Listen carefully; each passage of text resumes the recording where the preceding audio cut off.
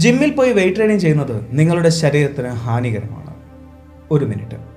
റോണി കോൾമാനെ കുറിച്ച് കേട്ടിട്ടുണ്ടോ?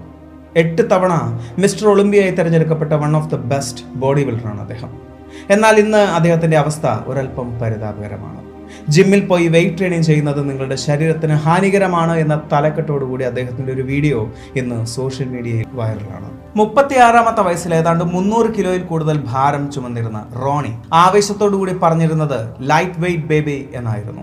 അദ്ദേഹം ഇന്നൊന്ന് നടക്കാൻ പോലും കഷ്ടപ്പെടുന്നതായി ആ വീഡിയോയിൽ വ്യക്തമായി കാണാൻ സാധിക്കും. 1996 മുതൽ റോണി എന്ന ബോഡി ബിൽഡർ ഒരിക്കലും ആഗ്രഹിക്കാത്ത ഒരു ജീവിതത്തിലൂടെയാണ് മുന്നോട്ടേക്ക് പോയത്. അതൊരു യാഥാർത്ഥ്യം തന്നെയാണ്, എന്നാൽ പൂർണ്ണമായും സത്യമല്ല.